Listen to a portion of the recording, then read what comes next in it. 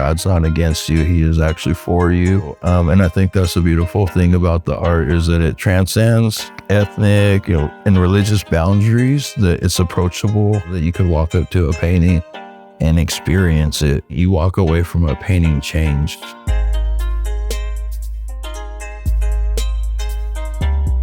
Welcome to Glenrose Podcast, Icons, Performers, and Athletes.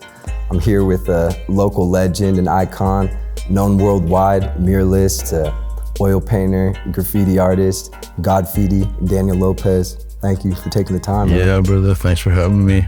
Yeah, appreciate you. Yeah. So you got a lot of pieces here in the city, and you're saying some more pieces coming that commissioned by. Can we talk about that? Some of the work, the future work, or? Yeah, we can talk about it. Yeah, we can talk a little bit about it. Yeah. Heck yeah. So Gonzaga University, you were saying, is going to have a piece on campus. Yeah, and that's been honestly, bro. Like I started from the bottom. I was a drug addict for 19 years, and then I came into town like 2013, and I was just humble beginnings, just washing dishes at Indaba. Off of Broadway. They just had the one location at the time. And as I started painting murals throughout the city, I always wanted to paint at Gonzaga. To me, that's just like excellence right there. You know what I mean? And so, so it's been like a dream come true to be painting there at Gonzaga. Yeah. Yeah, it's awesome. It's been wild. That is, yeah. So you've been in Spokane for how many years then? For 10 years. 10 years, okay. 10 years. And you were in SoCal? Is that where you were born? Where at? Yep, Ventura County. Ventura, okay. Yep, it's right there off of the coast. So it's like Santa Barbara, Ventura, right there, the Ventura Avenue. That's where I was born and raised. And then goes Oxnard to Simi Valley. Port Wainimi is where the Pacific Coast Highway connects to Malibu. Okay, yeah. And then it goes to Los Angeles, so right up there off of the coast. I moved here like 10 years ago, and what brought you here specifically? It's kind of a long story. Yeah, but sure. So I was using, at the time I was like 30, probably about 30 or 31, and my grandma had passed away. And I was doing pretty good for about 2 weeks, and then I just fell apart, and it was like a downward spiral. I was living out of town, and I was at this like I had roommates, and I was renting a room, and I was like, screw it. I just got my backpack and went back down to Ventura to my old hood. And as soon as I get off the bus, I hear Daniel. And I'm like, and it's like right when the sun's going down, and it was my mom. And so she'd been using down there for years, her whole life. She'd been on the streets and stuff. And so I used, that was February 2013.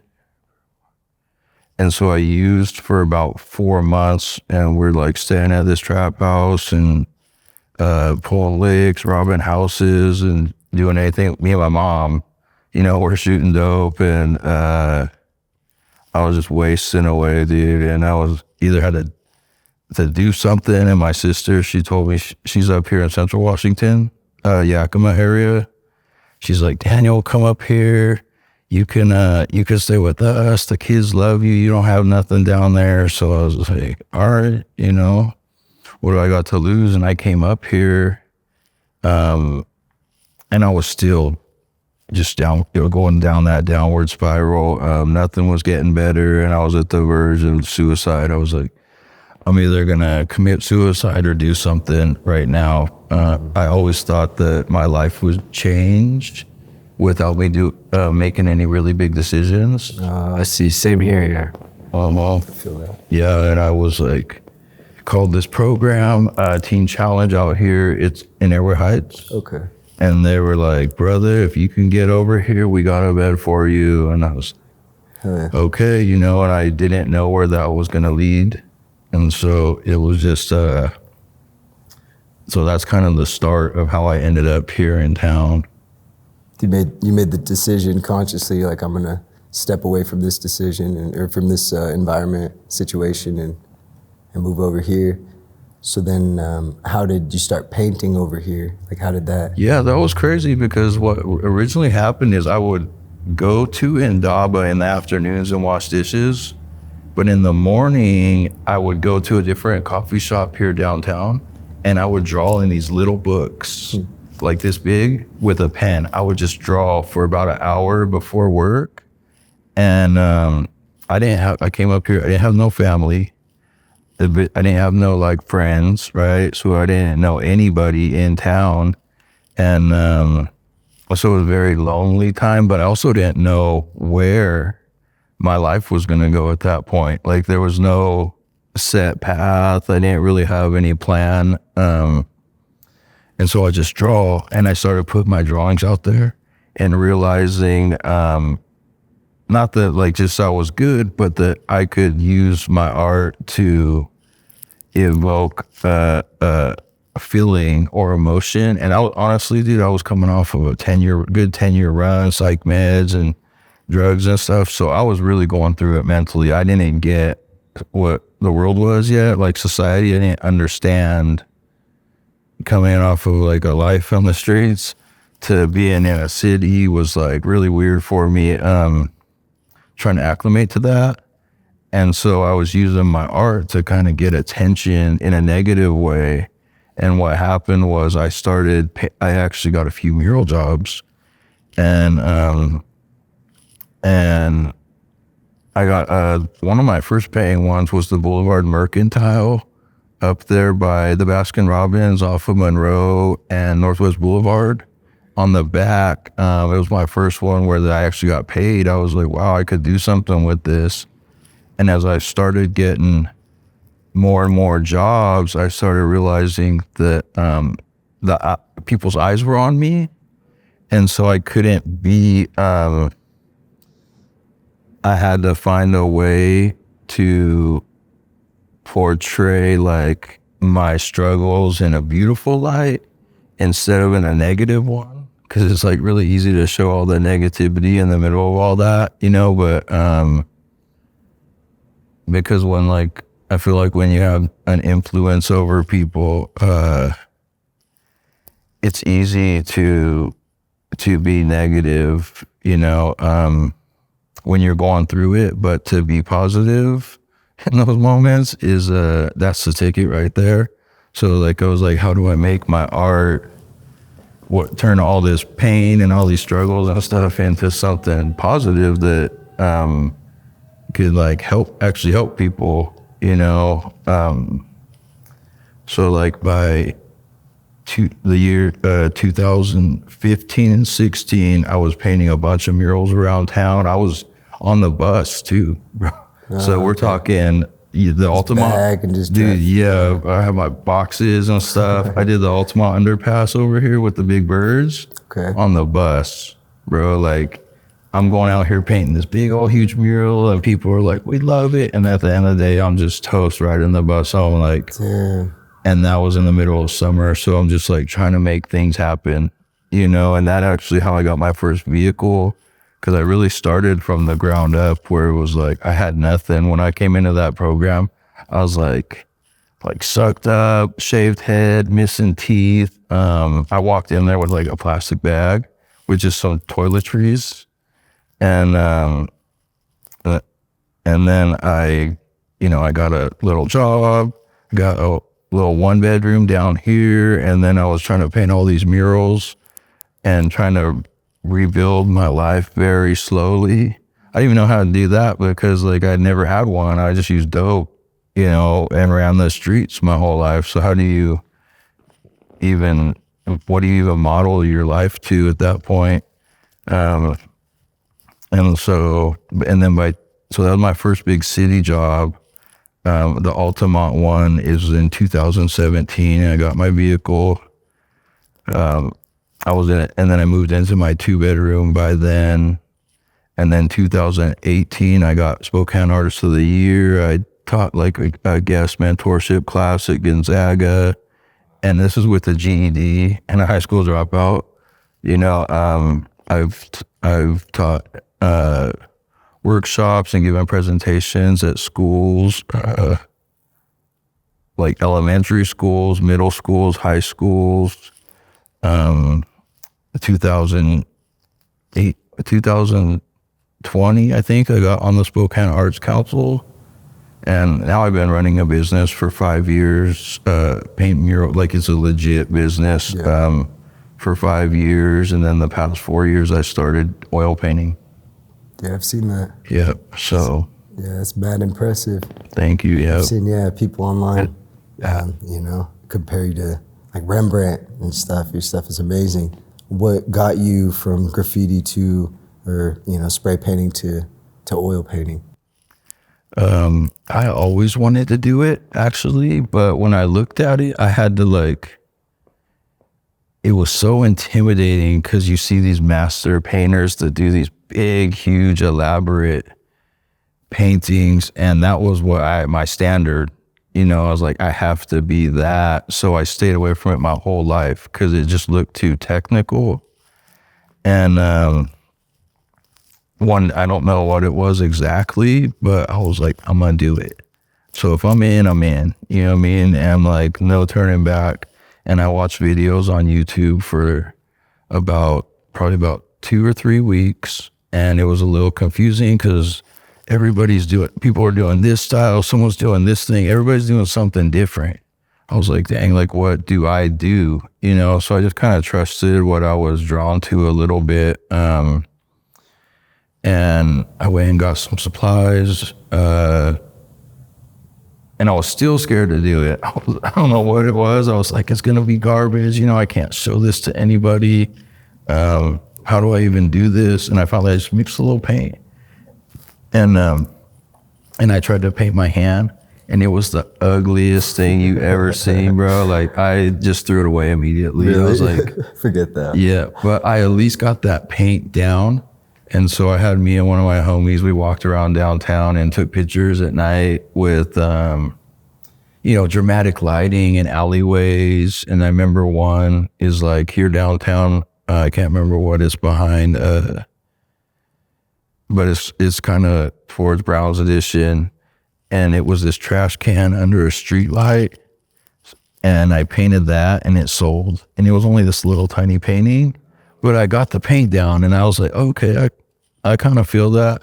And then I did another one. It was of the buses at night, and you could see into people in all the windows. So it was kind of sick. And that one sold. And then the next 2 years, I painted anything and everything. And I talk about this because being a muralist, I painted public art. And I did a lot of commission stuff, so I really didn't know who I was as an artist because everything was for the public or for clients. And so I was really used to doing stuff like that. So that's why the first 2 years oil painting, I was painting everything that I wanted, but it really had no direction. And I had a show. I had some great paintings, but I had a show. And I remember before the show, the curator of it, he's like, so who are you? How do you even answer that? Who are you? Yeah. Right? Exactly. It's I hate that question. I don't know. So I had to ask myself and it took a long time to kind of even figure that out. Who am I? Where did I come from? What are my roots? What is it that I want my art to do and to impact? How do I want it to connect to people, and to be comfortable with that in my own skin and still feel genuine about it, whether I'm misunderstood or not? That makes sense. How do you do that? And then I actually took an online oil painting class, and this was all it's all been self-taught. I was going to ask you, if you had any traditional school or technical training, because I was just high school dropout. I took the online painting class, and it was just two classes on a weekend. But the dude, I just admire the heck out of his paintings, and he taught how to construct the painting like from the ground up, and really what oil paint is as like a substance and how to manipulate it. And just the beauty of what oil painting is. And I was able to get enough of a jump start, like kind of figure out all the stuff that I was missing. Cause I knew those 2 years I was looking at my paintings and I'm like, there's something missing from them. I can't tell what it is, but there's something missing from it.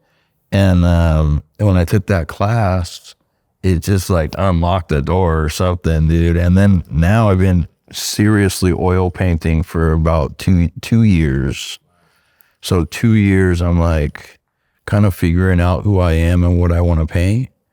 And that took a long time, like finding your style. I don't think people realize how long it takes to find that sweet spot. It takes years, of really just, of just pushing whatever you got going. And so I know that my love for like the Renaissance art, I do have a few influences that are like modern day painters that are amazing. And then like Latino culture, but then also my past.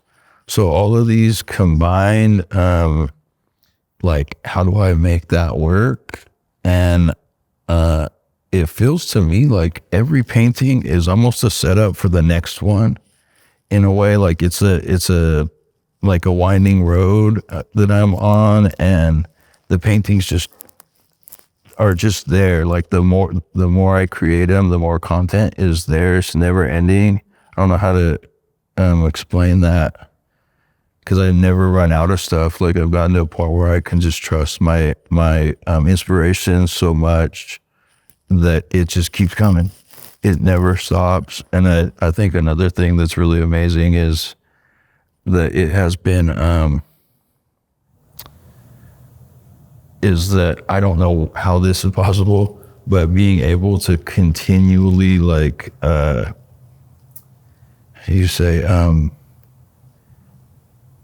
like change direction, like each painting, pivot, recreate. Yeah, keep doing it almost. And I think it keeps people entertained, but I still stay true to like my content. Oh yeah. And it's been really wild ride because people don't know what I'm going to do next. And it's but it's interesting enough, and I've also played with different forms of, how do you say, marketing, I guess you would say, because it's hard to market yourself, but I think I've got a pretty good view of the field that I'm in, and like my followers and everything, and figuring out what works best to keep myself relevant. Okay. That even as an artist is like, and that's hard to figure out, Definitely. Yeah, you've been posting a lot more content of your day-to-day too. I've been seeing that, like paintings like in the works and what you're doing. Yeah, and sometimes I feel super self-conscious, like it's not what they want, or it's not clean enough or something. But I think that people really like the rawness of it, and it's like, I'm me, here I am.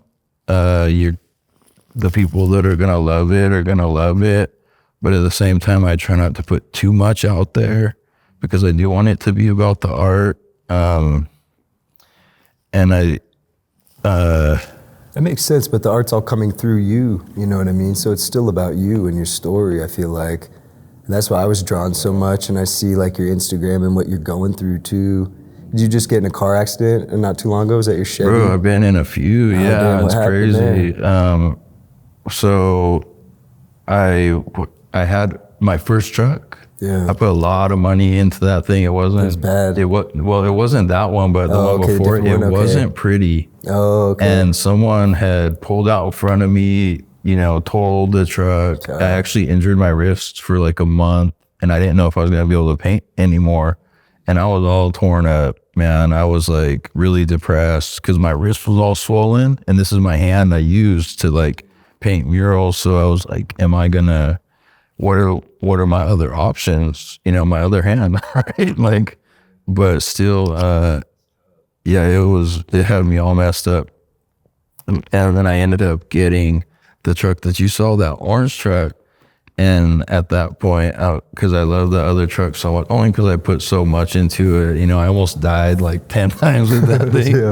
And I love that truck, but I had to let go of it because it was like material. And so when I got this other truck, I'm like, this thing is too nice, like it's beautiful, but at the same time, I knew, you know, don't hold on to it too tight. And so with that one, it was crazy because I was right there off of Northwest Boulevard and Maple, and I was at the light right there by the Safeway, and it's green. I go and someone flies through and they T-bone me and then smash me up against a pole. And I'm like, and all of a sudden everybody's running at me. They're like, are you okay? Are you okay? And I'm like, I guess, you know, and I crawl out the other side, and literally right in my my view was my Easy ET mural. Bro, and I got some pictures real quick. Yeah. But it was like, just look up and see something you painted. See my mural right there was so ridiculous, bro. But God's got you. Godfitti, boom. It was, yeah, that's like fire. That's all I can think, because this was my second accident, and I just walk away. Yeah. It's crazy, you know. And I saw it too. I saw the picture. I was praying for you. I was like, God damn. Yeah, I was smashed up. And then, so then what's kind of interesting how this unraveled. I still had another vehicle at the time. And so I took that on a big road trip that summer. And because that accident was last year, but I had another vehicle and I took that to another project. I painted like a ceiling at a gold thorn tattoo in Bozeman, Montana. Drove out there and I did like one scene was like this whole hell scene and like all these tortured bodies and stuff. And then, then the front was like a heavenly scene. And I spent like 10 hours a day on a ladder painting upside down, you know, so that was really crazy. That was a project I rested for like 2 weeks before I drove out there, because I knew I wouldn't be on a ladder for 10, you know, pulling 10-hour stretches while everybody's working below me. You know, it's like, it's not for everybody, bro. But I did that and I got back. And before I left, I got like a trip inspection on my vehicle. And they're like, you gotta get the struts done. And so when I come back, I finally have time. So I got the struts changed and stuff. And not a day later, I was hit by a drunk driver.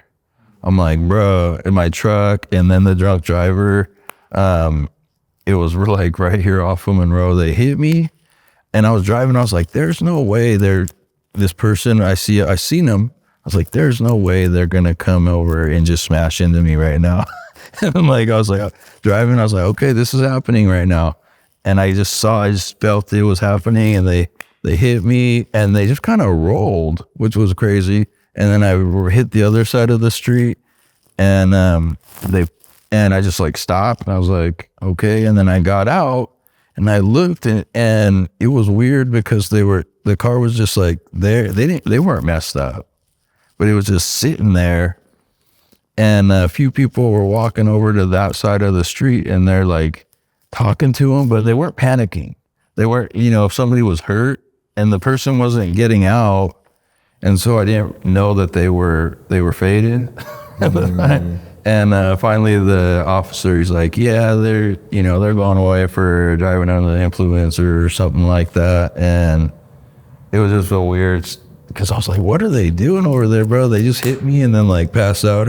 Oh, no. On the other side of the street. Did the airbags go off? Nah, they were just kicking it on the other side of the street. I was like, weird. And so this was right before winter, and I had a few jobs to do, and I'm like, now I'm out of 2 vehicles, bro. Like, it's a struggle to recover from one loss of one vehicle, but now I have to figure out, you know, what am I gonna do type of thing, and still survive. And a good friend of mine, she let me borrow her vehicle for like 2 months during the winter, and I was able to knock out a few jobs and get a new vehicle. So yeah, man, you just gotta roll with the punches. You know, life isn't fair, but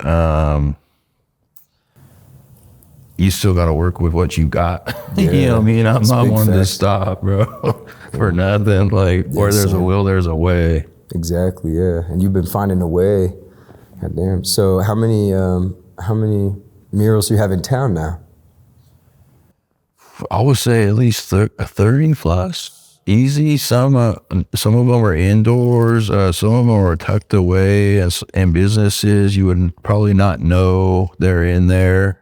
In people's houses. And it's been crazy because it might look like how do I say, it might look like things are handed to me, bro. But I worked for 10 years in this city to like build a name, like a really good name for myself.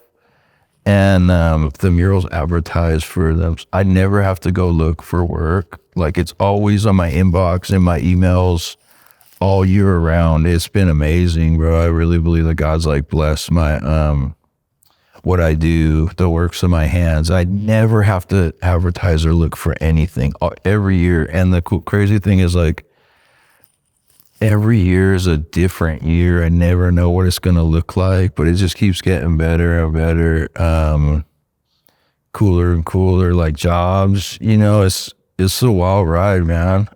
It's pretty cool, but I got a lot of local murals. I definitely support other businesses. Yeah, and just people too, you know, just pretty much anybody that I can work with, I try to work with. I don't feel there's no job too small for me. I try to do it all if it's within my schedule, if I can make it happen. And like, I'll work with people's budgets too. But one thing about it is as I'm getting older, I know in the next, it's a like a heavy duty Physically job. demanding. It wears on you to go work and paint this big old mural. The whole ceiling on the ladder, you're saying, like, that's got to take so much energy. Oh, bro, yeah, my neck's like, you know. Oh, yeah. And I'm the secretary, I'm the PR, I'm the manager, I'm the boss, and I'm the labor. I do it all, and you know, up to like my own taxes and everything. So even just being your own boss, the weight of the work weighs on your shoulders, and I'm the worker. And so, like, I know, I mean, by the next 10 years or so, hopefully my hopes are I will be able to fall back into my paintings. And they, you know, they say, like, statistically, most major artists really don't even get recognition until like their 50s. You know, that's when they kind of hit that spot of, you know, of like they can sell their paintings for a gang of money, but, and it's not all about the money, but a man's got to live, you know what I'm saying? And so, so I'm taking my art very seriously, but in the bigger picture, I know that like my time here is short, and my art is, I hope, will like live past me. I hope that people see that it's important, you know? And so I'm really working hard on making it bigger than me, as far as like the content, and then also my skill level, you know, like beautiful works of art. And so been really working hard on that. And so, yeah, it's super impressive to see just like the stylistic too. We don't see that, like what you have going on with the religion aspect in the streets and the Hispanic culture too. I love that part about it. My dad was actually born in Mexico as well. So yeah, seeing that stuff and then the Mother Mary and everything, it's super iconic, and that stuff's kind of timeless, you know, kind of beyond ourselves. What's your favorite piece that you ever painted? It's usually my most current piece. You know what I mean? Yeah. It's just, and I just continually am just really happy with whatever I'm working on, and then I move on. I definitely feel that there are a few that are very impactful to people. I remember when I first started painting, like there was 3 artists that I was drawn to as I was like trying to figure out who I am and like what's my style. And one of them, his name's like Andrew Bergens or Andrew Barnes, and he would do these crazy pictures of like a crackhead with his pants off smoking in the laundry room, or just crazy stuff, but in that this beautiful style. So it was serious painting, but still kind of like off a little bit, you know, like you could connect to it and like get it. And I was like, dang, bro, like that's sick. Like he's doing something beautiful that is,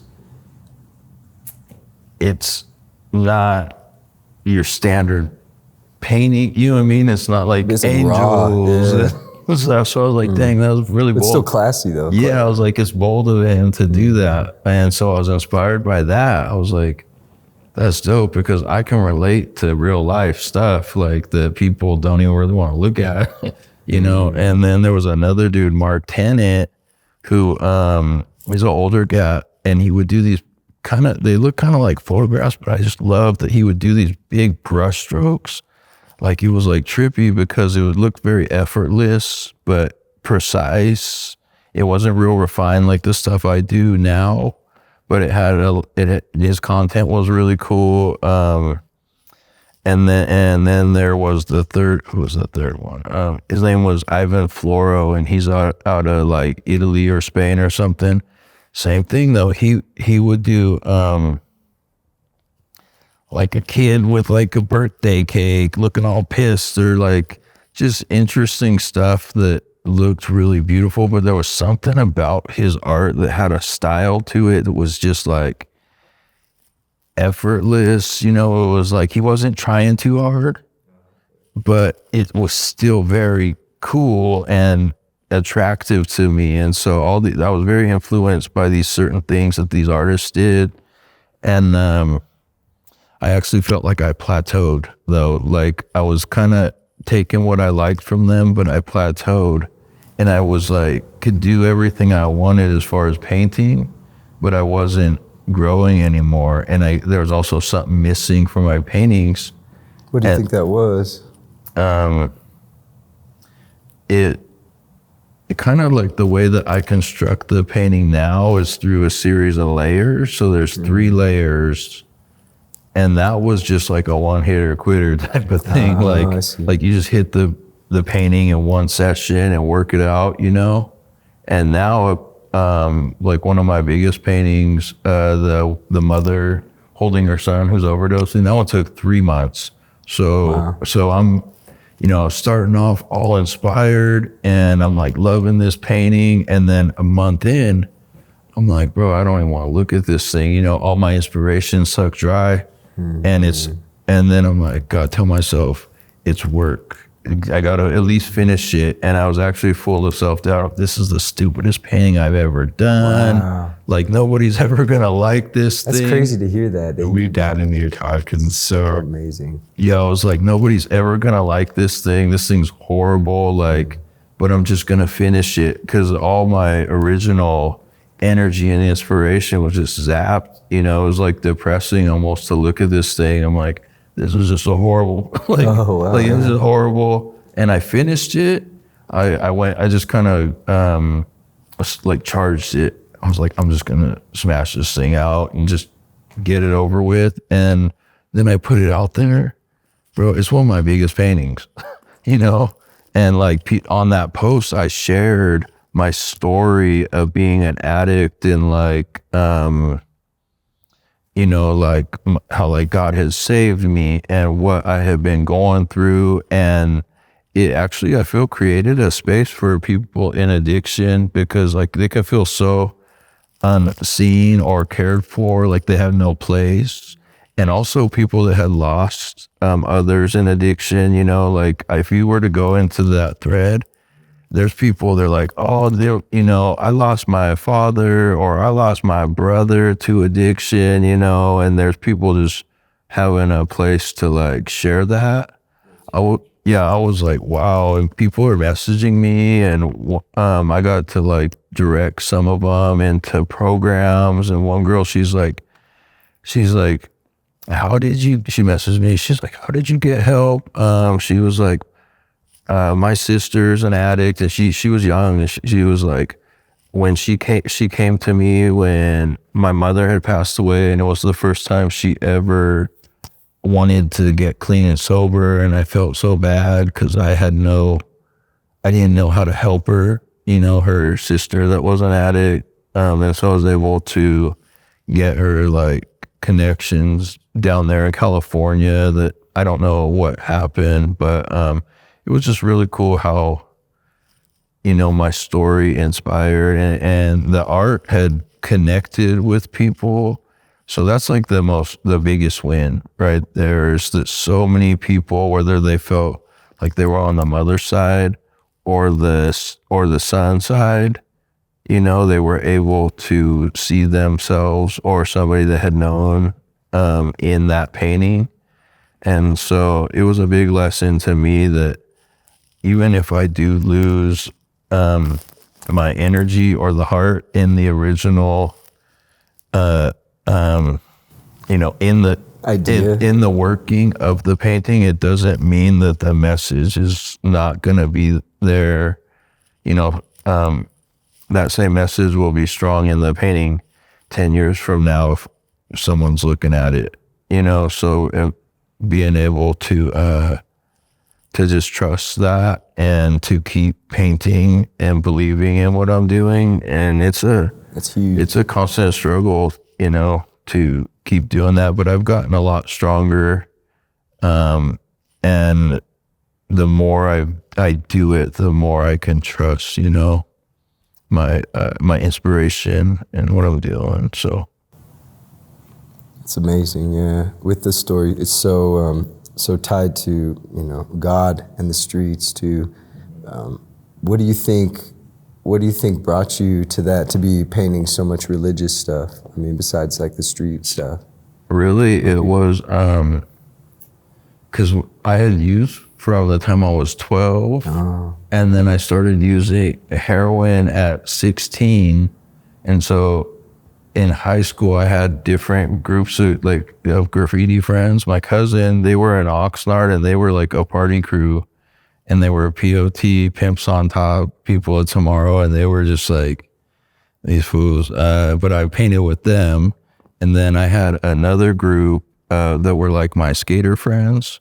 And we were NWS, Never Without Streakers, OSH, Outsip in Orsby, OCR, Our Crew Rocks, PA, Paint Addicts.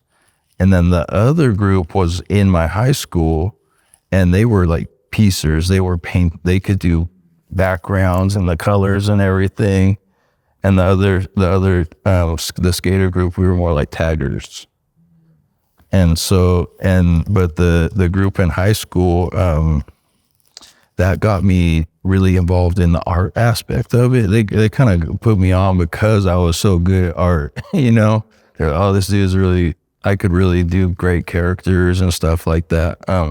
But the skater group, so this was like 14 to 16-ish, we were smoking weed, and then we started smoking opium, or at least that's what the guy said, opium on the weed. And about a year later, the dude who was selling it to us got popped. And it was in the paper, like local heroin addict, it's some or heroin dealer or something. And we were just like, damn, like we're smoking heroin, you know what I mean? And by that time, there was a whole group of us that were just strung out. And so,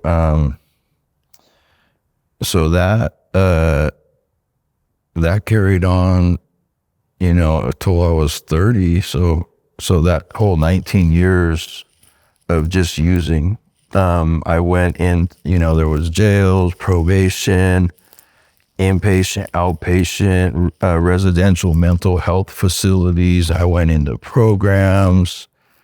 Everybody tried to help me my whole life. Everybody tried to help me. And it wasn't until like I gave my life to Jesus that he pulled the needle out of my arm and I wasn't an addict anymore, bro. Like the chains of my addiction that had held me down for 19 years were just gone.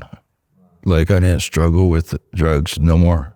I was just free, it's like, I don't struggle with addiction anymore. I don't like nothing. And it's a miracle. It's the only thing I can only attribute that to God.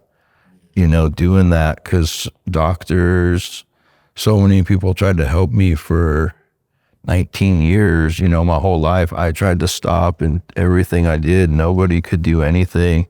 And then when I was just like free, all of a sudden, like, it was like, then I really started living again. And so that's something that's just so important to me, and it's always going to be in my art. And I'll always give thanks to like God for what he's done, what he's given me. And I think it's a hard subject to approach for some people because they have resentments of like their upbringings or something like a religious person had done to them, or the church or something.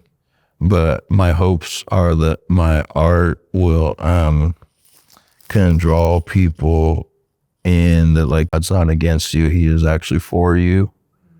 And so and I think that's the beautiful thing about the art, is that it transcends like ethnic, and religious boundaries, that it's approachable. People can approach it and it can be moving and life-changing. And that's a wild thing about it, that you could walk up to a painting and experience it, and it's like you walk away from a painting changed. Like that's just like music, you listen to music and you feel like you're not alone, or it's like you're going through something and it's like, oh dang, somebody gets me, just even in a song. So I love that about the art, is that it's able to connect to so many people. Yeah,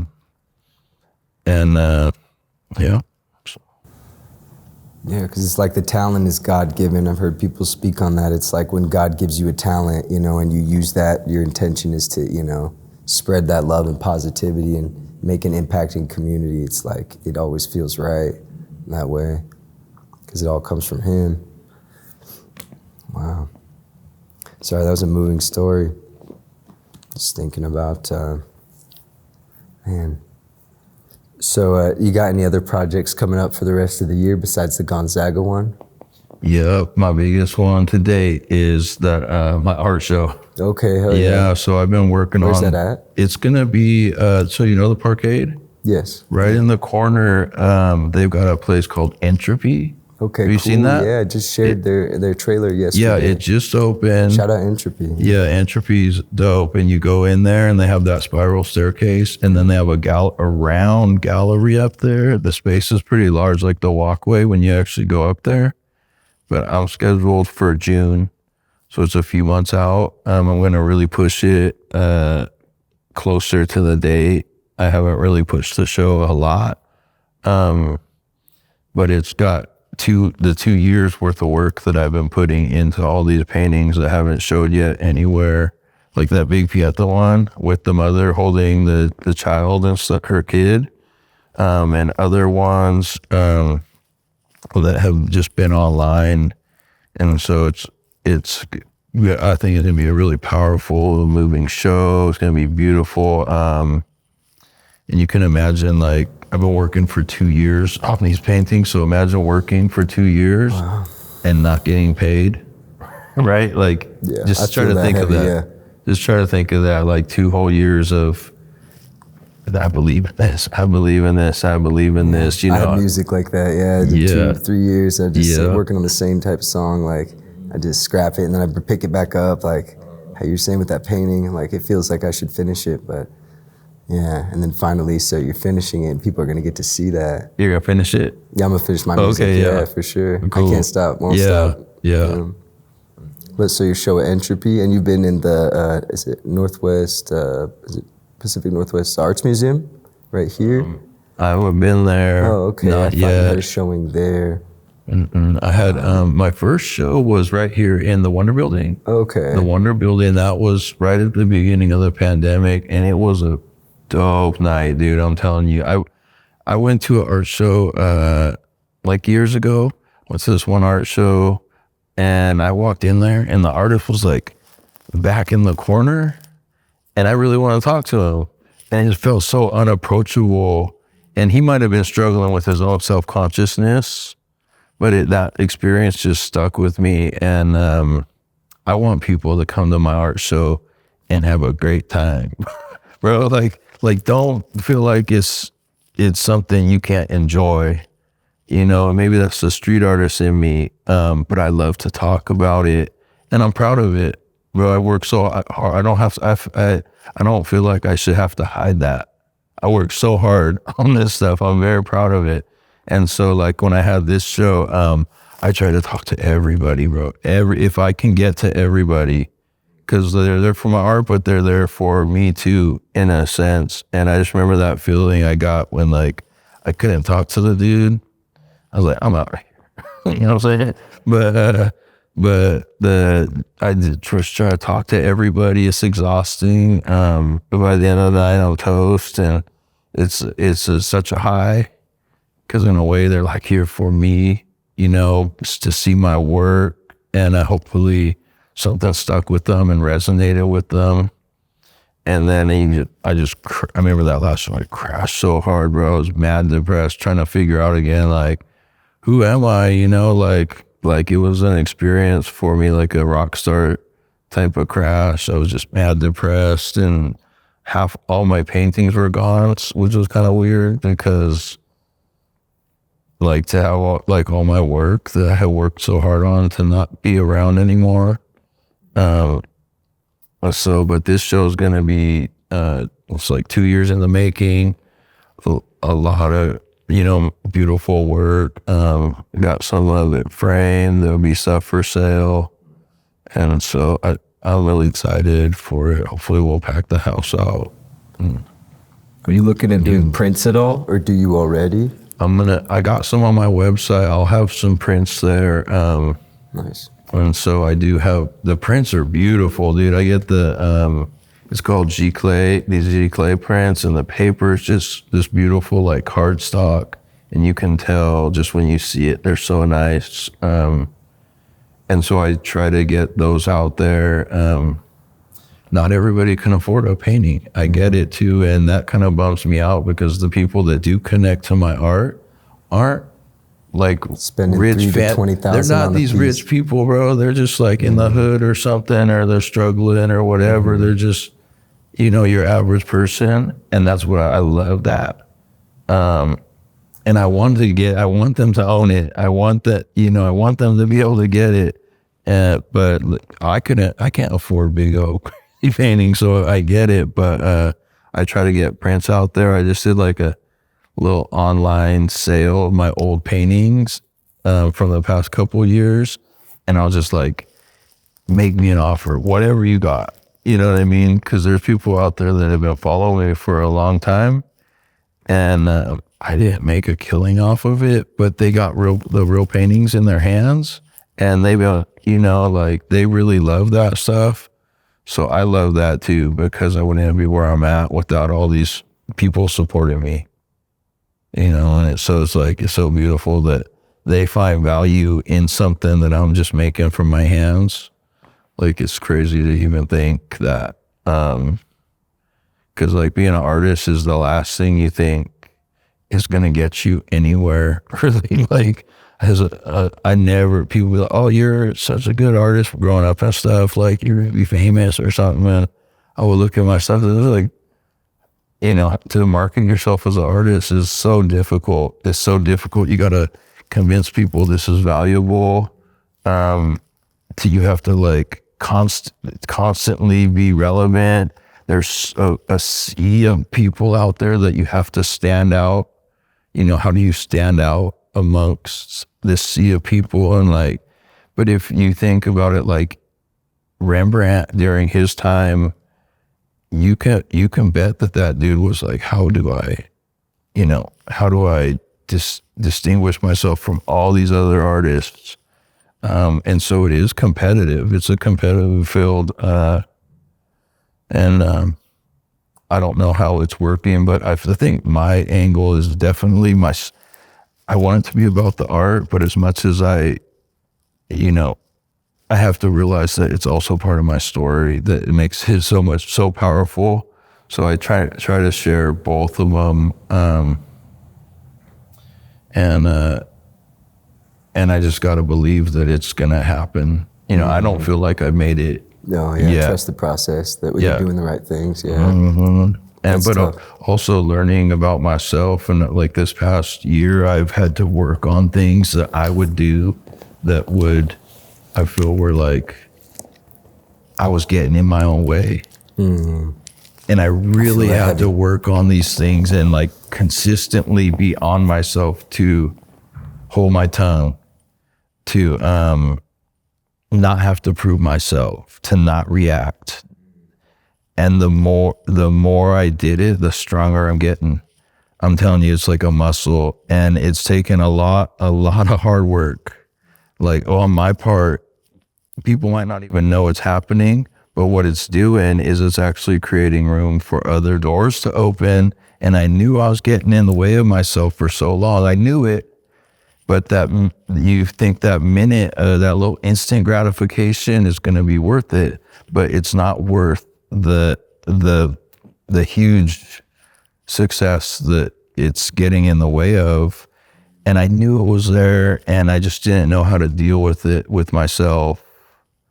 And I just buckled down this past year, and I was like, I'm gonna, get some self-control over myself, and work on this part of myself that is, getting me nowhere. And so it's been working, man. I'm just getting stronger and stronger at it and trying to figure out how do I like be a businessman and an artist.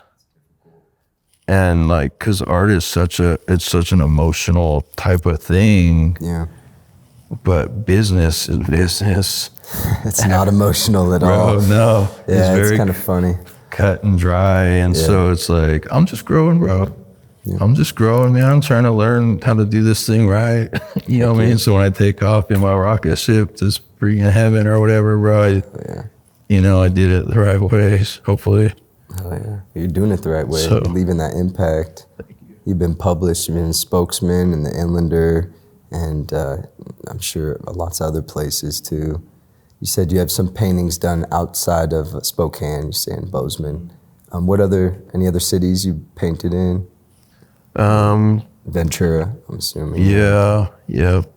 Really, I've just been up here. Nice. I'm telling you, doors will just start opening, bro. Oh, yeah. But like, I had to turn people down. They're trying to get me out to Texas to work on something. I had a gallery in New York reach out. I had to turn them down too because I'm so busy and I'm working on my show. I'm like, I would love to work on this show, be part of this show. Please keep me in mind. I'm just a little booked up right now. So still trying to keep those doors open and never don't give anybody a no. At least keep me in mind. You know what I mean? I love that. Yeah. Even, like getting this interview with you, I just had to be persistent. I appreciate that. Yeah. And that's how it is. It's just flowing. You know what I mean? How do you flow? But at the same time, I believe there has to be like order, bro. Like if I operate in chaos, everybody around me is going to be operating in chaos. And so it took me a long time to figure that out, dude. Is like, how do I, how do I work in order? Because I'm a business owner. And so have systems in place. Yeah, and I'm gonna be a lady. She it's called Beneath Your Beautiful magazine. She just did like a photo shoot of me. So I'm like, keep all my if people want to put me on, bro, who am I to say no? You know what I mean? And she's gonna tell my whole story and show my art. And so I've been working with her the past couple, probably about a month or so. And so she's gonna be putting that together. I was so exclusive for so long, right? So about this, I was so very exclusive, and I would turn stuff down. And I don't know who planted that seed, that bug in me. And I thought it was good, but then this last year, I was just thinking about the way that I operate. I'm like, yes to everything, bro. If it fits in my schedule, yes to everything. If I can do it, let's do it. Like, and I'm going to give it a 2-year run and see, if I don't die in the 2 years, if I don't overwork myself, because I feel like I plateau every year. And I get to a certain point and I cut everything off because I feel overwhelmed, but I never allow myself to grow past that point. And so I'm like, I'm going to try it for 2 years, and I will have either built up a tolerance or completely burn myself out. And I think it's going pretty well right now. And so to build up a tolerance on what I can do, and all it's going to do is open more doors because more people are trying to connect and work with me. Mm-hmm. So, so all that exclusivity stuff's got to go for right now. Like, it's not taking me nowhere. That makes sense, yeah. Saying no, denying opportunities and stuff. Yeah. It sounds cool. You know what I mean? But in the, like, when people want to work, like, let's do it. So that's been really good for me. Is there anything else you wanted to talk about or touch on? Any like part of your life you wanted to maybe speak about, or any subjects we didn't really hit, stuff you got coming out? Not really. I mean, I just love the room to speak sometimes, because I often feel misunderstood. Even as revealing as I try to be in my art, I still have a hard time connecting with like people around me and like society. Like I remember I was telling somebody that, they're like, but everybody loves you. It's like, you don't know that. You don't know that I feel loved. Like, you don't know what I'm really going through, like my mom's abusive. My family don't like me. Like I'm the black sheep, but I'm the healthy one. I'm actually the healthy one, trying to bring restoration into the family and healing and stuff. And I carry that weight of all that stuff. But, so I try to use my art to connect. And that's what it is, but it's very one-sided at the same time. Like, people might connect to it, but I'm not connecting to what you get what I'm saying? I've had people tell me like, oh, I feel like I know you. Oh yeah, I feel that heavy. But I don't even know them. The real you. Yeah, you don't, yeah. And so learning to appreciate that, but still just that is strange. Not knowing how really to like connect to people and to like progress and grow into like what I am it's been something that I have to just accept. It is what it is. And so yeah, it's just it's weird being an artist, man. It's like I'm so grateful for it all, but at the same time it's got its own loneliness to it. And I'm also learning, like my friends, some friends, like when I'm in my more successful stages, it might feel like they're against me sometimes, but you got trying to realize, this is just something I'm learning right now, and it's been really helping me, is as I'm succeeding, it's hard for them to deal with, because they know me as a regular average Joe type of person. Yeah. So they either, I'm a really bad guy and I'm a jerk and I don't deserve that success, or that they're lazy and they don't want to, they just don't have the drive. And so I got to give them that room to feel that and maybe step away for a little bit, because these are important people. That it's not just like they just don't support me. It's they're struggling with being close to somebody that's chasing their dreams, and maybe they don't have the ability, or they're not in a place in life where they can do that. But I don't want to lose these friends.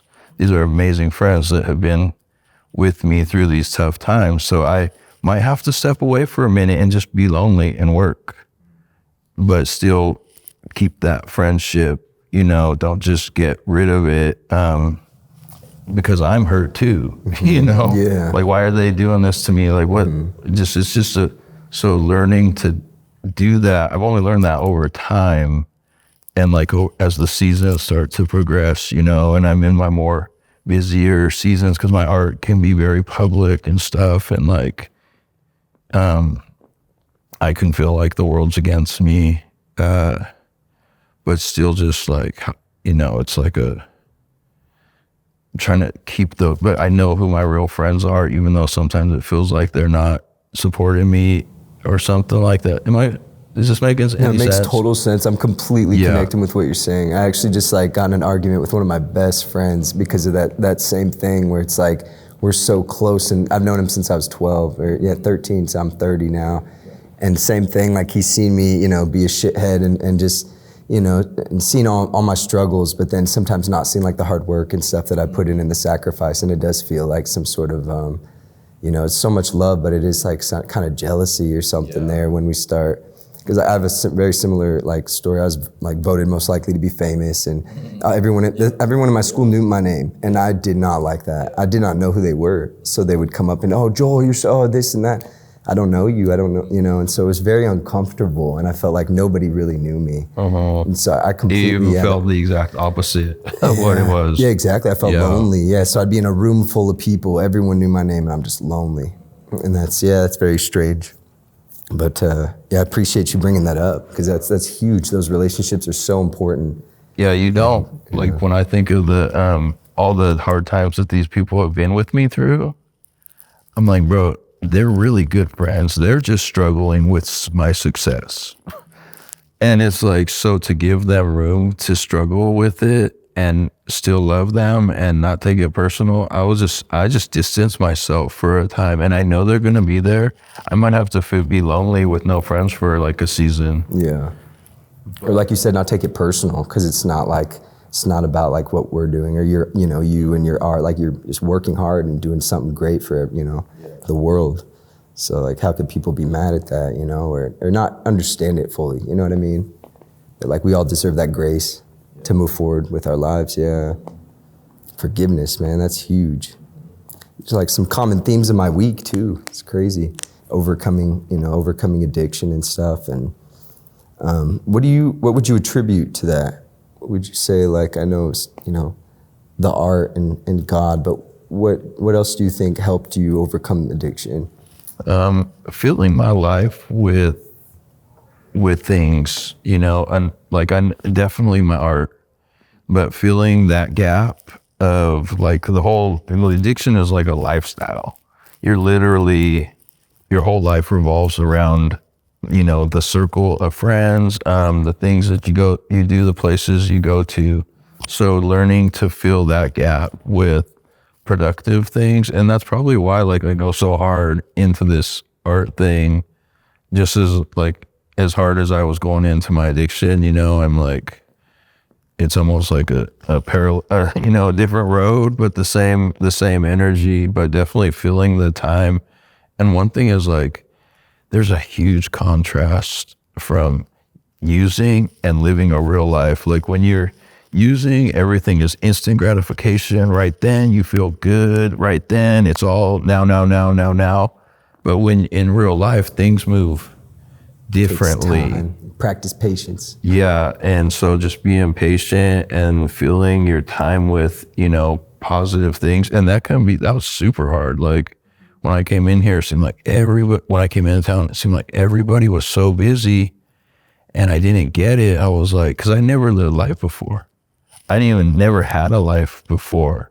And so to build a life that, that is full takes time, especially coming out of addiction. It takes time to fill your life up with good things, and,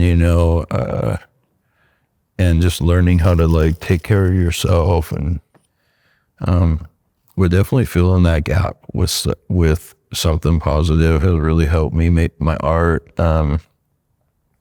And like I actually like really connect to the homeless, bro. Like I talk to the homeless and drug addicts and stuff, and they approach me just out of the blue, and helping and trying to like give, and remembering where I came from. But I know that giving and trying to be helpful to people is also a good thing. It's not always about like success and stuff, but it enriches your life when you can help people, or at least care. Some people don't want help, and that's okay. And like I really have a big heart for addicts and like the homeless, and I wish that I could do more sometimes. Same here, yeah. Especially working here downtown, yeah, I talk to people and young, kids and stuff like that every day.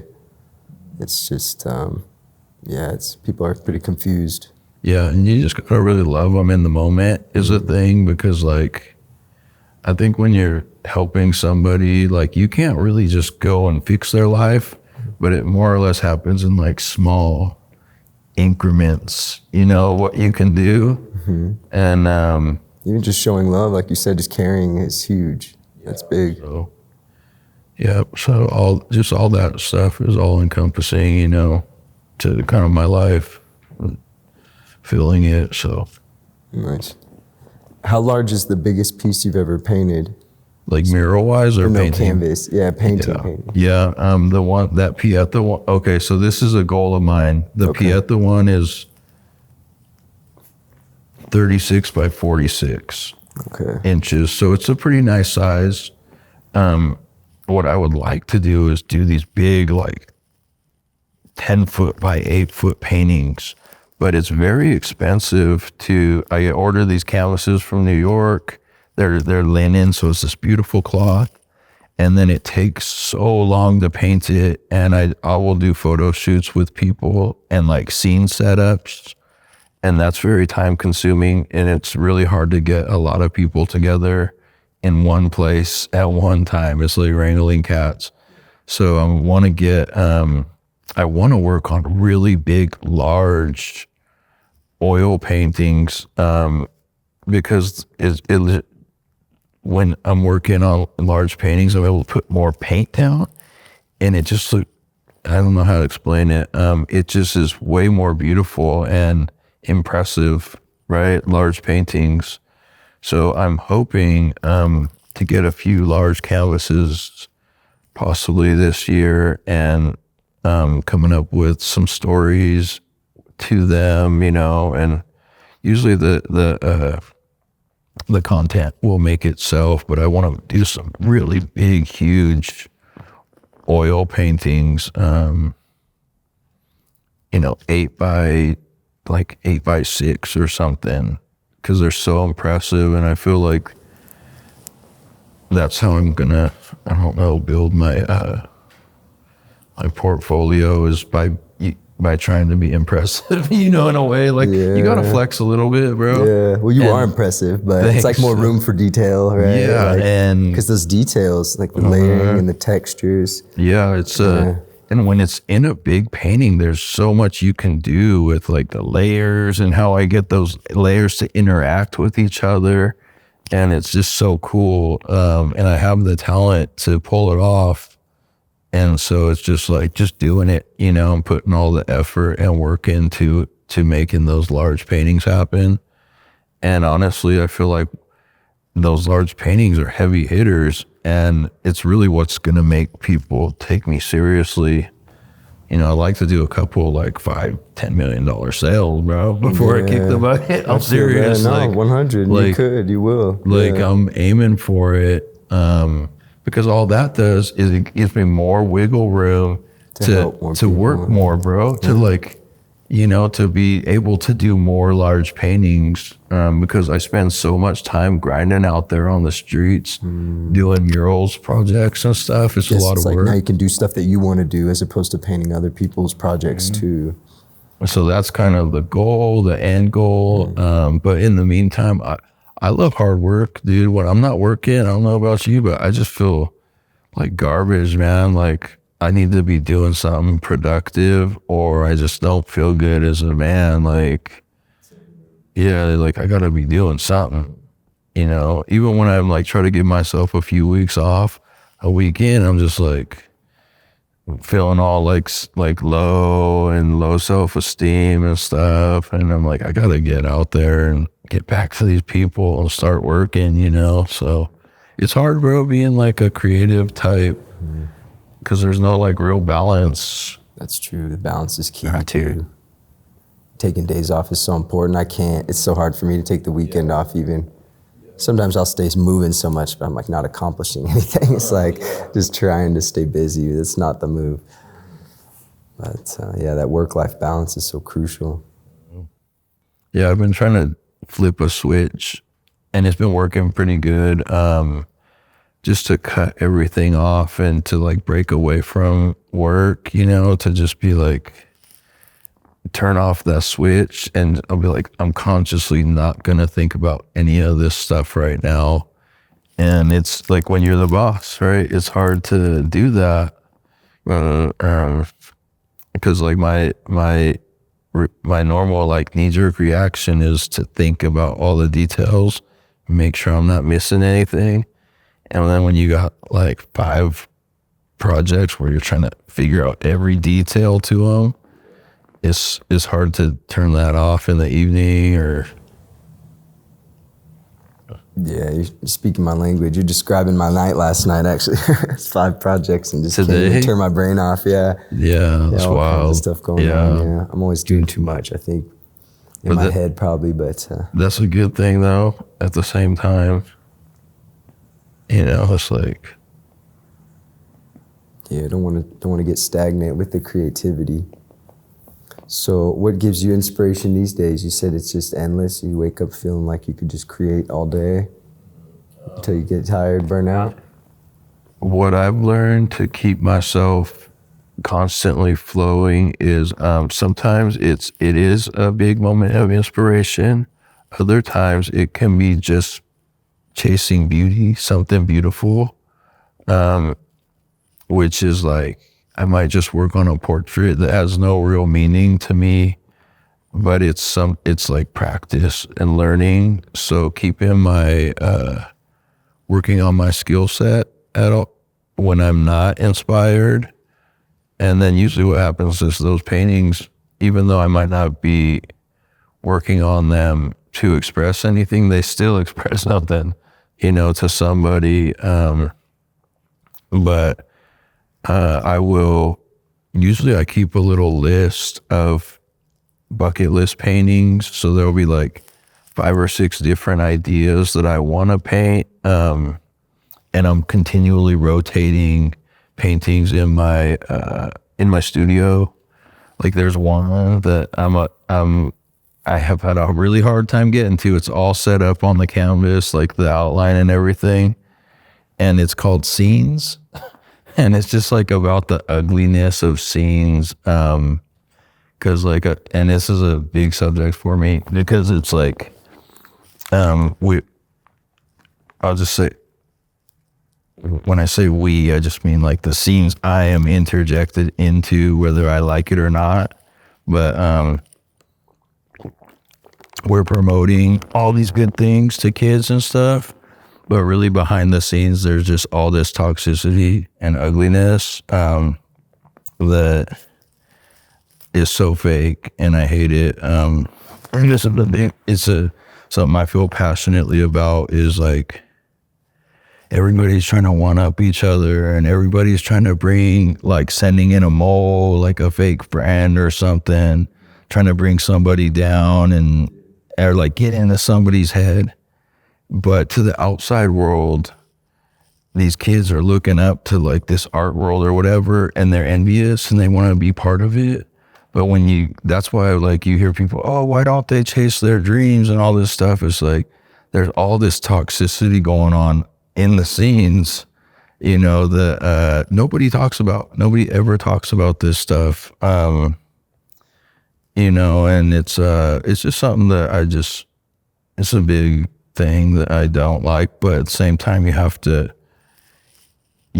fight it. You know what I mean? You have to, if you're going to be I'm in like these like art scenes and like Latino scenes or whatever.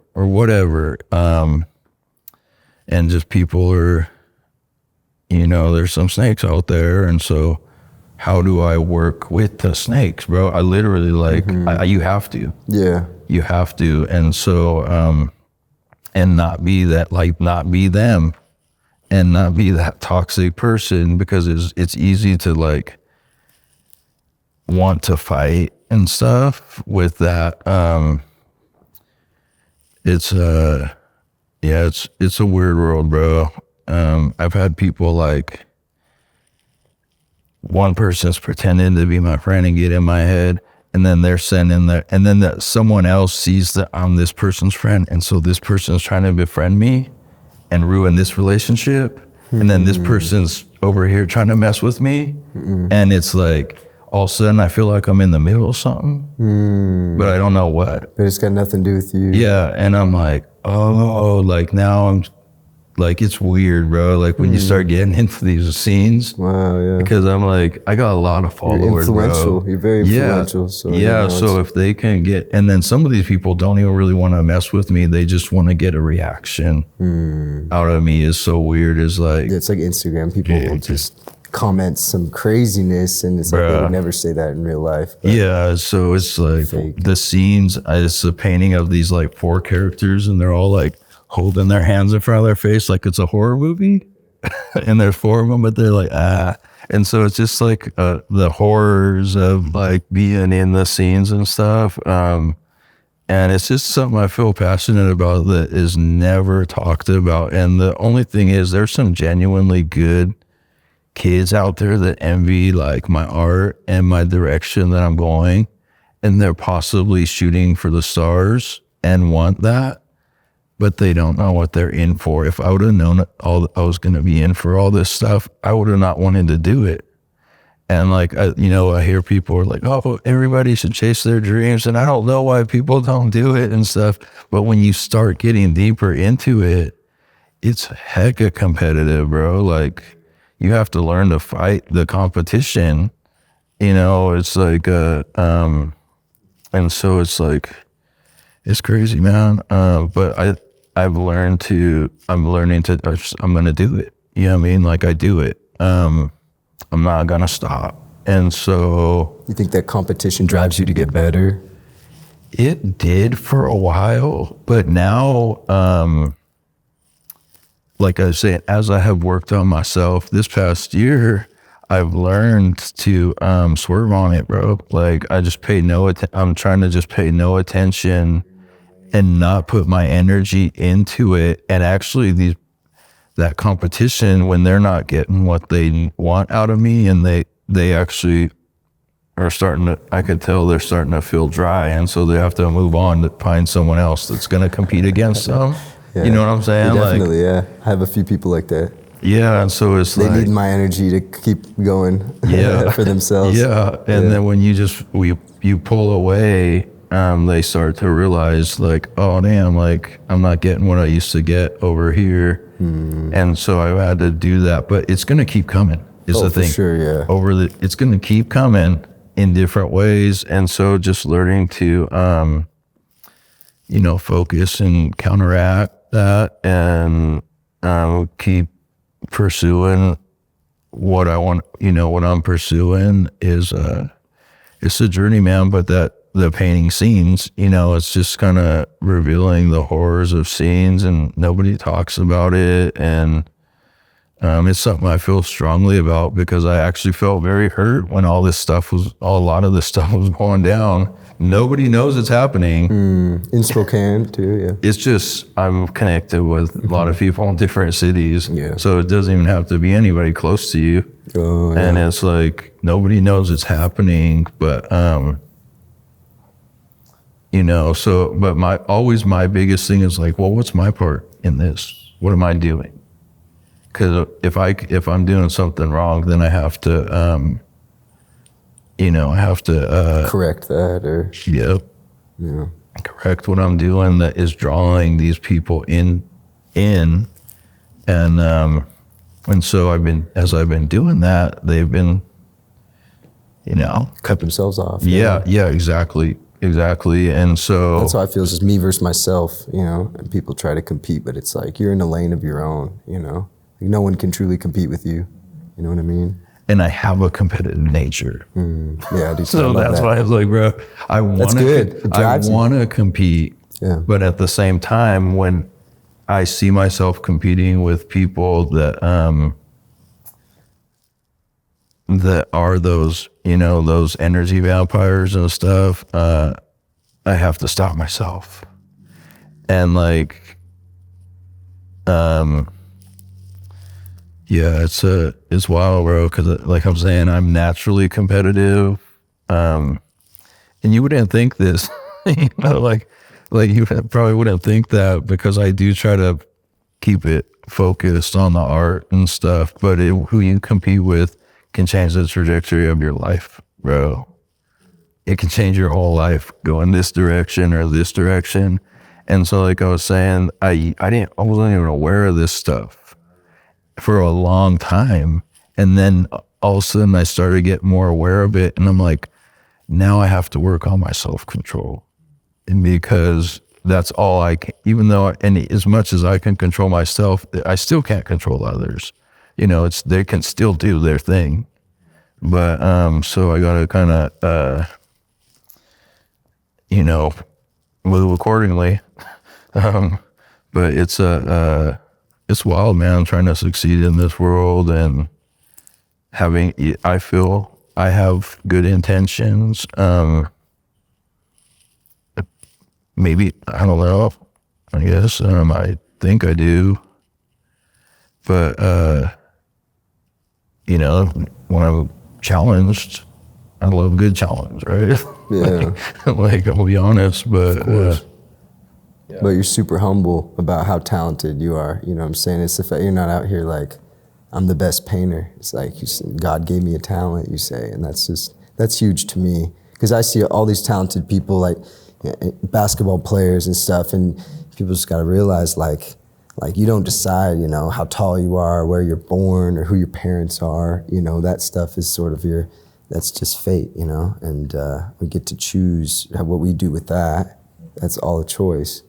And you're choosing, to spread your art and make beautiful art, especially of the scenes that aren't so beautiful, things like the street and homelessness. It's kind of it's darker, a little dirtier, and it's like people don't want to look at that, but when it's on a painting, it's so beautiful, it's so impactful for the world. Definitely. Yeah, I've been, like one of my biggest struggles is the ghosts of my past and who I was, and I was trying to come to a conclusion on that and get an answer for it. But I feel that because if you see like all my tattoos and even my family and my roots and where I'm from and everything, you don't just get to erase that. And I might probably have to struggle with that my whole life, because that was, those were decisions I made when I was younger. And so it keeps me in this place of never truly being able to accept my successes, my past. And so it keeps me humble,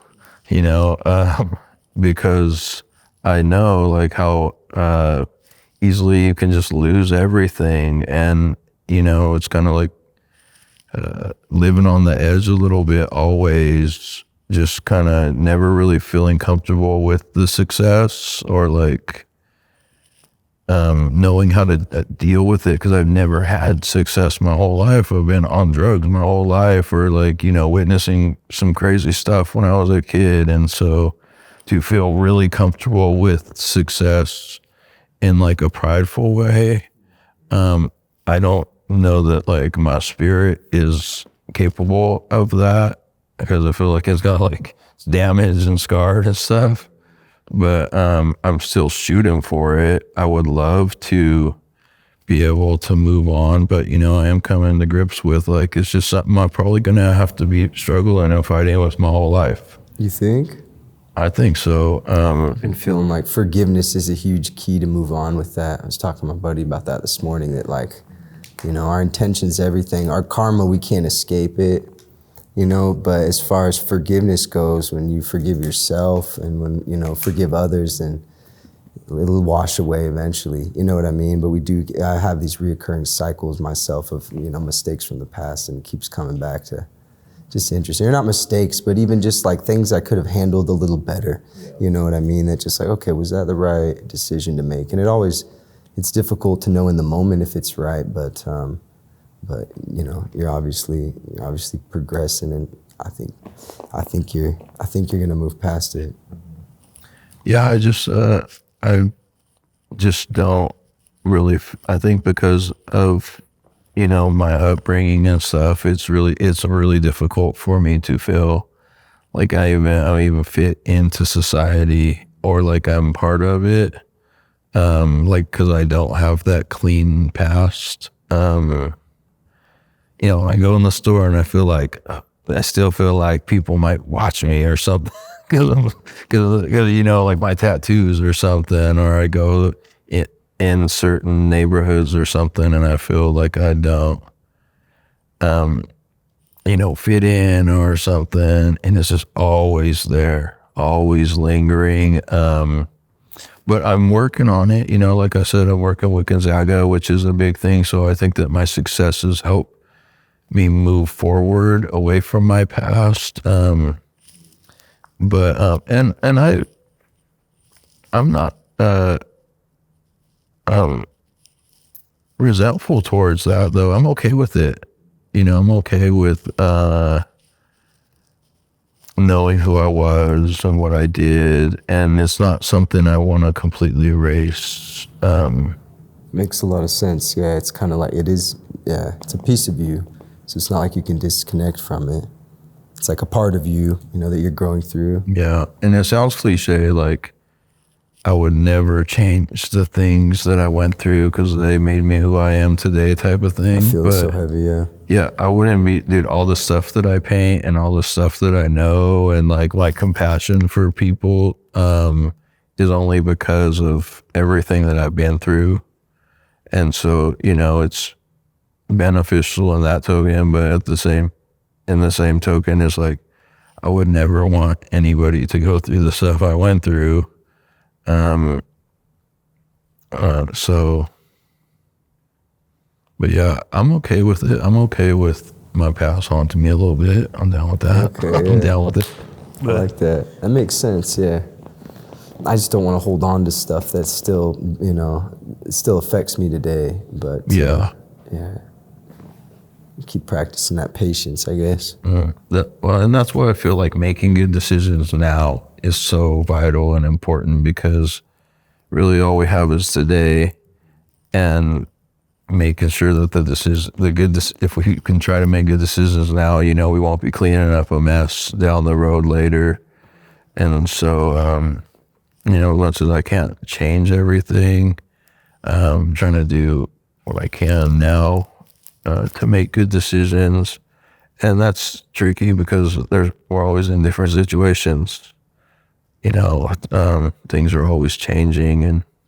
But I was really shocked. I was thinking about it this past week, because I can actually see the growth in myself, and I'm like feeling like I'm a different person. Yeah. But I was like, no, that's not. Like I still don't trust it. I'm on the edge. I'm like, maybe I'm still the same person. You know what I mean? Like, maybe I'm not changed, but I can feel it. I feel it's like it feels like I'm walking on a tightrope or something, and I could fall either way. But at the same time, I really do feel like the past, 6 months I've been working on my stuff, that it's really paying off and I'm getting stronger and I really am moving forward. And so it's hard to trust it, but it feels good at the same time. It's beautiful. Everything you're saying I relate with. It's like you're just saying things that I've been thinking too. Common theme here at Glenrose is like love the moment. That's huge. I'm huge on that. It's like enjoying the moment, because really that's all we have is the present. And so it's like you were speaking on that with like in regards to people, and what you can do is just like love them in the moment. And that hit me, because that's all I'm trying to do is really just like enjoy this time that I have, because I'm always stressed about the future, or regret the past, and just want to love the present. And what helps you do that? You think painting really? Really, it has been my mom, bro, because she is an addict. She's been an addict my whole life. So my first memories of her, I was adopted by my grandma, and like I would sleep in the front of the living room. My grandma would sleep in the back, because it was this long living room, in the back of the living room. And then my Uncle Norman, my grandma's brother, he was like a alcoholic. And then my great grandma was in the rooms. There's 2 rooms. And at night, like I would hear banging on the door, and it would be my mom, and she would be like dope sick and begging my grandma for money, and begging my grandma for money and crying and stuff. Like, well, I don't know, she got beat up. Like, and this was all the time. And I'm a little kid. It was conflicting, because I was scared of her, but still loved her. I'm a little kid, like seeing this all the time. My mom's drug addiction. And then like, as I became an addict, I started to understand what was driving her to do this, And so, in my 20s, she had a patch of sobriety. She was clean and sober for like 5 or 6 years. And bro, she had this truck. She was living in Bakersfield. She had this like kind of ice cream truck type of thing. And she would take it to the park, and the side went down, and she would put the speakers up, and she would preach, Jesus and there would be like 500 or 600 kids every weekend. And she would, during the week, she would get backpacks and clothes. She would give all the Christmas presents for families, and she would go out and minister to families, talk to all the, the parents that are using. She's like, I know they're going to just sell everything that I give them. Like the kids, she would give the kids clothes. And that was her whole thing. Like she would literally go minister to these families of addicts and, gang members and all this stuff in the hood, and try to give to them nonstop. That she just cared so much about them and get to know them and stuff. Like not just 1 or 2, but like the whole neighborhood, she would go out there and really just do like the Lord's work. And then she backslid. So that, and she'd been out there on the streets again, to this day. And I've tried to get her into programs. I've tried to talk sense into her. I tried to guilt her, all this stuff. I would love for her to like be part of, there's just a lot of grandkids, her kids. There's just so much good family that loves her, that like she can't be part of their lives because she's using, and I really want that for her. I want the good stuff for her. I don't want bad for her. She's been using since she was like 12 too. So I understand, it's all she knows, but it's hard for me to have a relationship with her because she's in her addiction. But, at the same time, she's pushing 60 something. She might just die on the streets. And so I've had to come to grips with, I might not be able to save her, which sucks. I might not be able to help her, but to love her just as she is. Because my normal reaction is like, on the phone, is like, you're messing up. you're only thinking about yourself. You need to go on a program, and when that didn't work, because that usually just sets off a big old atomic bomb and we start fighting. And that didn't work. I'm like, I'm running out of options here. She's, what can I do? And I was at church and they were just talking about like just checking in with people and just seeing where they're at and just talking to people. And like, so I was like, that's kind of the best approach with my mom is I can't change her or do anything, but I can be patient with her and love her right where she's at is like, you know what I mean? Like, how are you doing, Mom? And it was like the first conversation was so awkward. It was like, how are you doing, Mom? What are you up to? How have things? Very slow, not expecting nothing from her, not expecting change. She knows I've set boundaries with her. Like during the COVID, she got popped and she did her first day in prison, bro. And her first like real prison sentence. And she's like 60 something, a little old lady for robbing a house. And so I was like, I'm in contact with her. She's going to be clean. I could talk to her, and I'm sending her money on her books, trying to talk to her. I'm getting flooded with letters, bro. Like so many letters. I can't even read them or keep up, but just very overbearing type of relationship with her. And I'm like sending her money, every couple of weeks, my hard-earned money, bro. Like I'm working hard out here. And then at the end, she's getting out, and I was like trying to get her into a program. She's clear-headed and stuff. And she's like,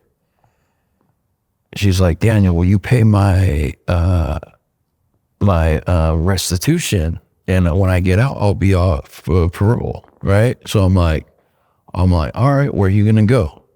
She's like, oh yes, thank you, Daniel, so much. Thank you so much. And I'm like, wait, like pump the brakes. Where are you gonna go? Because if she just goes back to the avenue, she's just gonna be using, right? And I'm like, she got really pissed because she thought I was gonna pay. I would have if she was going into a program. But she got really pissed and she's like, I don't need you and all this. I'm like, after a year of trying to support her and send her money and talk to her and do everything I can to be there for her while she's in prison, like big girl prison, not just county, like real prison, she's just going to throw me away like that. It hurts so bad, dude. And I'm like, oh my God, like this is stuff. And then she gets out and she calls me from this church, and I was so pissed, bro. I like was really pissed. I told her, I was like, if you ever call me again, I'm gonna call it probation or something for harassment. I'm gonna put restraining order on you, this and that. So, cause I'm the kid, but I'm always having to be the adult. And so I'm like, 2 years passed. And then I heard that message at church about checking in and just seeing where she's at, and so I did that a few times and just like not expecting nothing, you know what I mean? That's the best thing. But then of course she like goes and stirs up all this drama with like my sisters and stuff after I talk to her. I'm like, all I'm trying to do is do the good thing here, and it always backfires in my face. But I'm very forgiving and like, I'm still willing to work with, the mess and not run from it because like someone did that for me. like they really stuck by me, bro. When I was first getting clean and sober, I was a loose cannon. I was very unpredictable. I was coming off of drugs. Like you never knew what I would do. I was still a little, hood but there was people that was very, very, very patient with me through all of that. And they really set a good example of like of helping people. And like, but with her, it's a kind of a special case because she's probably not trying to clean up. She's settled in her life. And so learning to love people like right where they're at and not needing them to change. Because honestly, maybe the change was about me. Oh, yeah. Maybe that makes sense. I wanted it. For you, yeah, for her. Yeah, and so like, and whatever's gonna happen is gonna happen. And so that's really where It's powerful. Yeah, where I've learned to just let it be, and so like even with like homeless people, I'll see the same people year after year after year. I'm like, damn, like what could I do, and really just loving them in the moment and like is the best you can do. I don't know if you ever saw the story. I have posted it every Valentine's Day, but so I was homeless before I got clean sober, and I was panhandling in front of the Walmart, right? And I was like, it was Valentine's Day, and I'm like right in front of the Walmart where all the cars are coming in, and I look over and it's this little girl, and she's got a cupcake, and she's like, "Happy Valentine's Day, mister," and she gave me that cupcake, and she like jumps back in her mom's car. Her mom probably put her up to it or something, and then they take off, and I look at that cupcake, I'm like, and I fold up my side and get my backpack, and I start walking up the road, and I'm just like, tears are gushing, man, because it was like I felt so lonely and unloved. I was homeless and strung out, and like my grandma passed away, and I just like felt like my life was so worthless. But 10 days, I couldn't panhandle. I was so ashamed to panhandle at that point. I was like, and 10 days later, I was in the program. I was like, that little cupcake, that kindness, like changed my whole life. So shout out to that little girl, wherever she's at. Like that changed my whole life, and it's just crazy. Like you don't know what kind of impact you might have. Yeah, just by not attacking someone out of your own selfish needs. And so I try to exercise that when I can, to homeless people and stuff. But it's with addiction, it is hard to like love people that are in those spots, bro, because it's like such a tricky situation, where you could get burned or you don't know. You're trying to do right and the nice thing, and then it's like regretful. It's like, why did I try to do the right thing and you just get burned? Yeah, like no good deed goes unpunished. Yeah, that one. Yeah, exactly. But strange. What's up with that quote? No good deed. Why is that? It's, you try to do good things, and I don't know. I looked that up once too. I can't remember exactly what it meant, but it's like it's kind of the truth though. You do something good, and it applies. I've had people try to help me, and their shit's falling apart on them. You know what I mean? And I'm like, damn, why does this feel this way? That they're helping me, and I'm like. And then they're like literally like stepping in my dog shit or something, like literally stepping in my dog. And I'm just like, oh no, like my bad. You crazy. It's like, no good. It's like a sacrifice to do good, to do good. All right, well, say thank you for coming, man. I appreciate you a lot. Yeah, for sure. Hope to have you on next time. Yeah, that's it. Yeah. Hell yeah, it's a wrap. It's tight. Thank you.